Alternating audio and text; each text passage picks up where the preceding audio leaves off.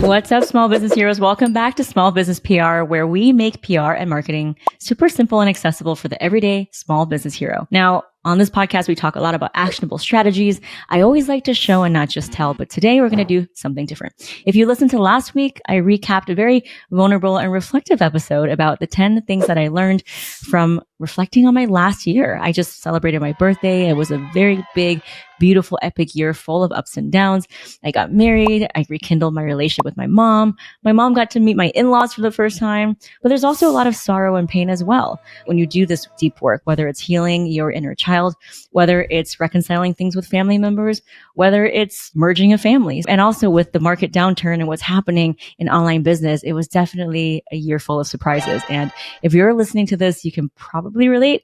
So this is part 2 of a 2-part series called 10 lessons I learned in the last year. As I recorded this, close to my birthday, I felt like it was pertinent to share. So last time I shared the 5 main lessons. I'm going to go through the rest of the lessons that I've learned that are very personal to me. May this be a mirror for you. May this create space for you to invite some more curiosity into your business. And may you feel some resonance with what you're feeling, because it's all about creating that connection and finding a way for others to see their stories in your stories. So I will continue with the lesson. So another lesson that I learned from last year was that when we heal ourselves, we heal the world. I had someone tell me that they were sitting in an office and there was this beautiful 3D art, and it was like metal sticks that were like little metal dangles, and they were connected. And when you touch one, the rest of them vibrate. And so this kind of connection where like when we change ourselves, we change the world. I learned that through healing my traumas from childhood, my grief, and my relationship with my estranged mother. Because here's the thing, my mother did not change. She's still the same woman, still has that toxic mentality of survival and money and security. But because I changed and I softened, I can create a space of compassion for her. She's a completely different being. When we heal ourselves, when we look at parts of ourselves that maybe we've been avoiding, so that we can really stop these patterns, whether it's being triggered, abandonment issues, or unhealthy narratives around money and belonging, we literally heal the world around us.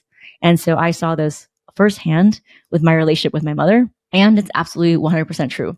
The 7th lesson is that it can actually feel really rich to make less money. I have actually felt richer in life and in my business the less money I made this year. Now, I've gotten my business obviously to a point now where I can say that. So obviously, if you are just starting your business, you're in a different phase, but you have given repeated results or customers over and over again, you kind of reach a critical mass in business where you kind of know what you're doing. And of course, there's always more problems to be solved. But I think the whole default narrative is like, you have to keep growing. You have to double, triple your revenue every year. And that's actually very toxic. The only things in the natural world that keeps doubling is cancers and viruses. So I'm in a season of descaling. I'm in my lazy girl era. I am saying no to a lot of things, and I see my revenue going down, but I feel richer. I feel richer in time. I feel richer in spaciousness. I feel richer in listening and being able to say yes to the things that I want. I feel richer in being present for the people that I care about. I feel richer in observing life as it unfolds instead of always trying to change it or be at odds with it. I feel richer in so many ways. And just being able to say that and to feel richer when you're actually making less money is really, really beautiful and profound. I also realized that like a lot of the people who actually make 7 figures, they actually get to keep very little bit of for themselves. And I know a lot of people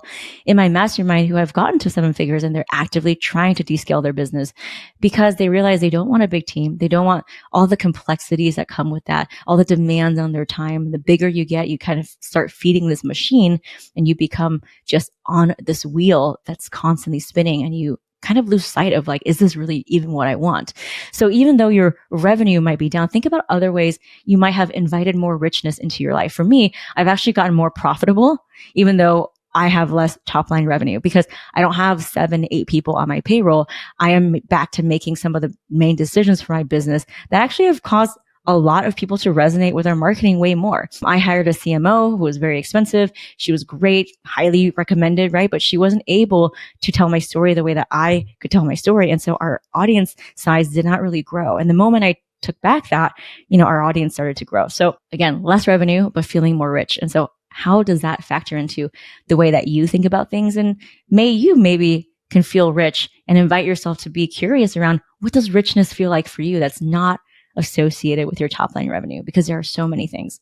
Okay, the next thing is what I've learned last year is, along with descaling, you obviously have to say more to things. And so the more I grow in richness, in presence, the more I say no.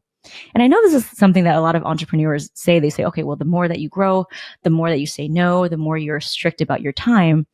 But in general, just in life, right? When we grow as people, not just entrepreneurs, not just in revenue, we already know that like every yes is a no to something else. So how can we be more disciplined in what we say yes and no to?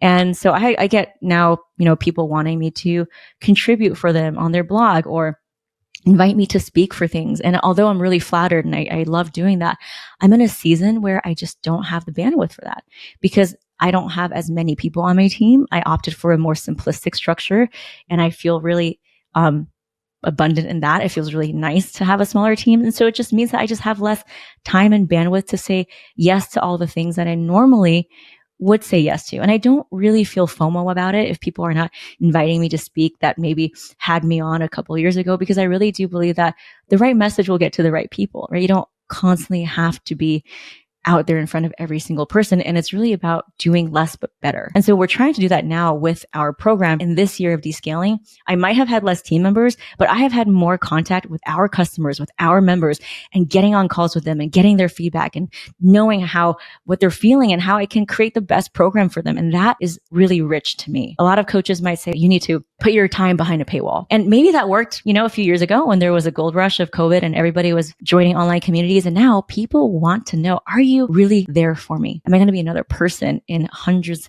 of people's Facebook groups? And so I think we're in a season where it's like, how can you do less but better? And it's not about saying yes, it's about saying no, but then saying yes to those things and really doing it 3, 4, 5 times better. I'm in a lesson that I've learned, which is that the more I grow in every way, the more no's that I say.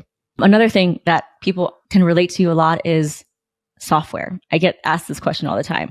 Like, I need this automation or this software, and we get looped in this internet black hole of like comparing software and tools. And here's the thing. What I've learned is that it was never really about the tools anyways, because simple is best. And you're always going to have the newest tool on the market, right? iPhones always come out with a new one. So even if you think you have the right tool, they're going to have another iteration or someone else is going to do something better. Don't use tools and deciding which software to delay you from progress, because that is just an excuse that you're giving yourself of, oh, well, I can't choose. I'm waiting on the right tools. It's just another excuse. It's just like, I'm waiting on the right time. And this as action taking entrepreneurs that like, there is never the right time and you're never going to feel ready. So I see softwares, tools, shiny new objects as just another thing that's maybe fun and entertaining, but like the quickness of your ability to make decisions determines the pace of your business.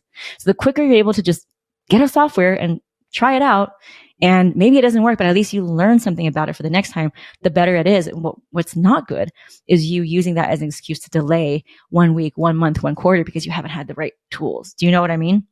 So I'll give you an example. It used to be a big thing. I have my PR masterclass on a webinar software. I've tried so many. I've spent thousands. I'm talking about tens of thousands of dollars on all the different softwares for various webinars, live stream, recorded. And I'm just back to the basics where when people opt in to watch my masterclass that shows them exactly how to get featured, I put the video on the thank you page. And unlike what a lot of other marketers are doing, you can pause, you can go forward, you can play and then start and stop and like scroll the timer thing.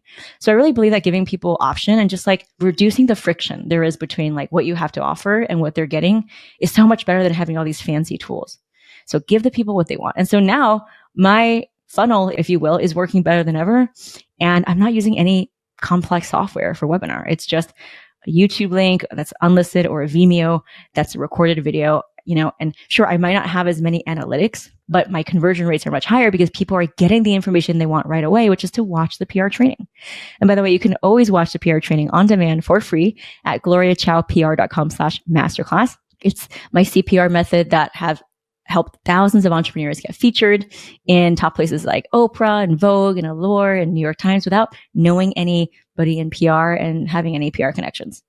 So the last of the 10 lessons from this year that I've had as I get really reflective on my birthday is that as everyone becomes a coach and the market's saturated and there's AI and the barrier to content is so low, is be careful who you follow and get advice from. Now, I know in this online world, this capitalistic world, and it's a very American thing too, it's kind of like the loudest person in the room is the one that is the de facto authority on something, right? And I'm not sure that that is the right way. And I don't think it's a very good way, because just because you're the loudest person and you get the most attention doesn't mean that you have any idea that your methods are going to work from somewhere else.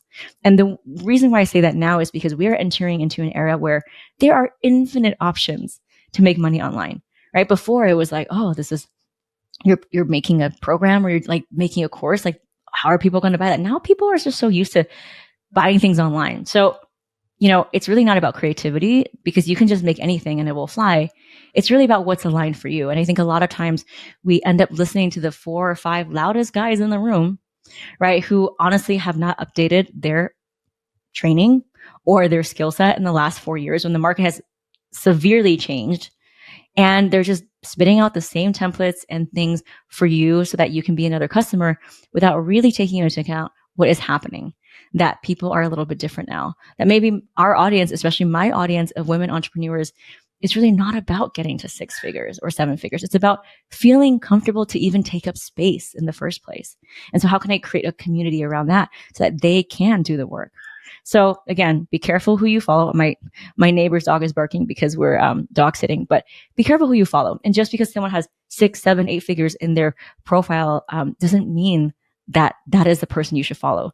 And I actually just made a reel where I kind of, it's a comedy one, where it says, anytime I see a marketing bro with 6 or 7 figures in their Instagram bio, I throw up a little bit.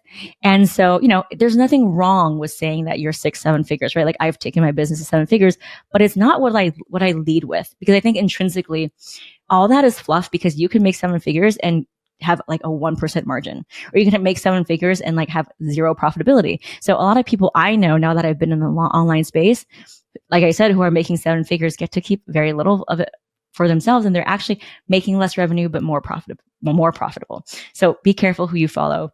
Don't let the only people who are maybe the loudest in the room get your attention. Your attention is sacred, and make sure that it aligns with you. So that's it for my 10 things that I've learned. A lot of them are painful lessons, or lessons that are close to my heart. And the one thing I want to say is I'm just so grateful that you're here week after week listening to me. This is my place to really express myself. And usually we do a lot of that tactical, like marketing, PR things, but I wanted to hop on and really tell you kind of the year that I've been having and how I've transformed as well, because I think it's important to know, like, who am I and who are you listening to, right? And why should you care, to see if you find any resonance in my story at all, and if we vibe.